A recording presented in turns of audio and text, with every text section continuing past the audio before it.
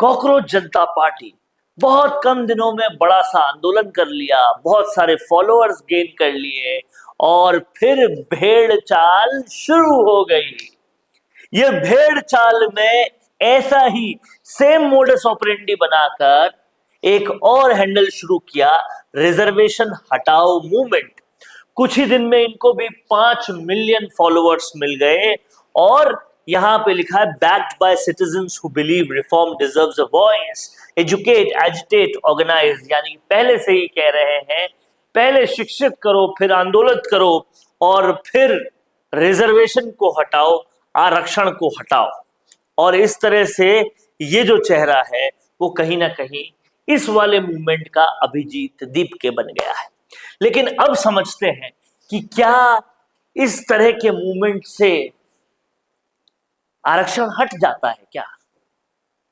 क्या आरक्षण हटाना किसी मंत्री के इस्तीफे जितना आसान है क्या? तो थोड़ा इस बात को समझते हैं।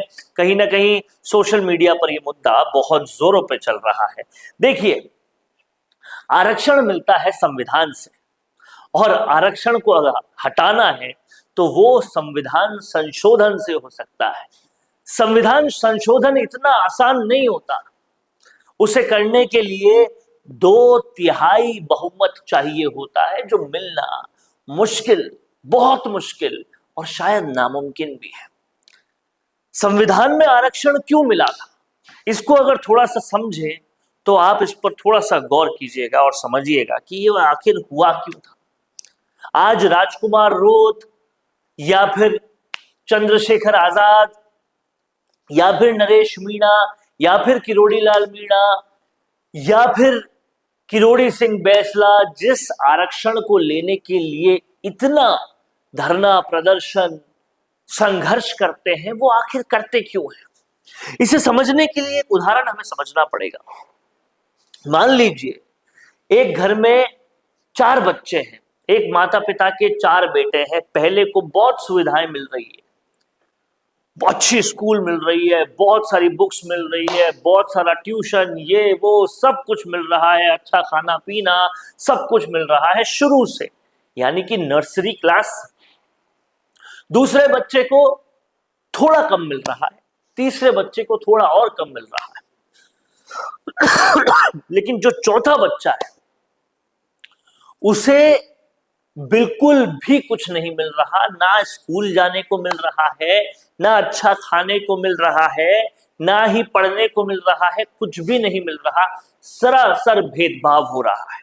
अब ये चारों बच्चे जब बड़े होते हैं तो उनको कहते हैं चलो चलो सब लोग आईएएस का एग्जाम दो, पीसीएस का एग्जाम दो, आरएएस का एग्जाम दो, सारे एग्जाम देने बैठ जाओ। अब समझिएगा, पहला बच्चा जो सारी सुविधाओं के साथ पढ़ा है, दूसरा थोड़ी कम, तीसरा थोड़ी कम, वो फिर भी कुछ कर जाएंगे, लेकिन चौथे ने तो जड़ से तने तक पहुंचना ही मुनासिब नहीं हुआ, सुविधाएं ही नहीं मिली, वो क्या करेगा, कैसे करेगा? इसके लिए उसको आरक्षण मिलता है। यह संविधान का ढांचा था। अब हम कहेंगे भाई साहब 70 साल से ऊपर बीत गए आजादी को, तो अब तो ऐसा नहीं होना चाहिए, अब तक तो बहुत आरक्षण मिला था। लेकिन असली बात यह है कि राजनीतिक रोटियां सेकने में विकास बहुत पीछे रह गया और आज भी भेदभाव की जगह वही है। आज भी एससी एसटी के साथ वही हो रहा है। इसलिए आरक्षण जरूरी है। ये बात सोशल मीडिया पर चल रही है, बहस चल रही है और लगातार इस बहस में कहीं ना कहीं सब लोग इन्वॉल्व हो रहे हैं। लेकिन जब तक ये भेदभाव जड़ से दूर नहीं होगा, जब तक लेवल प्लेइंग फील्ड नहीं मिलेगा, जब तक रेस शुरू से एक जैसी नहीं होगी, तब तक आरक्षण कैसे हटा सकते हैं?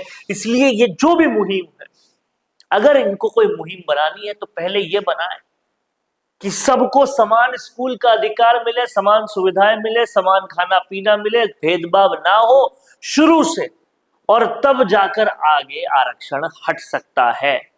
तो जरूरत किसकी पहले है? आप क्या सोचते हैं? लिख डालिए कमेंट बॉक्स में। देखते रहिए संवाद, क्योंकि ये संवाद है भारत का, भारत के लिए।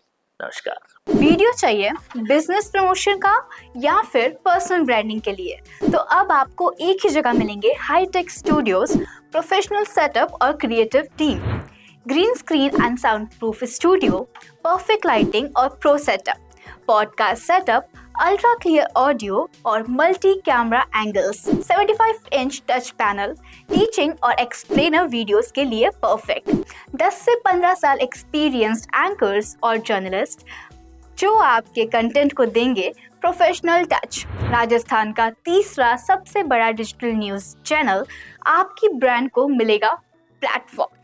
50+ प्रोफेशनल वीडियो मॉडल्स जो आपके प्रोजेक्ट को बनाएंगे ज़्यादा इंगेजिंग। हमने 5000+ बिजनेस और ब्रांड्स को ग्रो करने में की है मदद। अब आपकी बारी।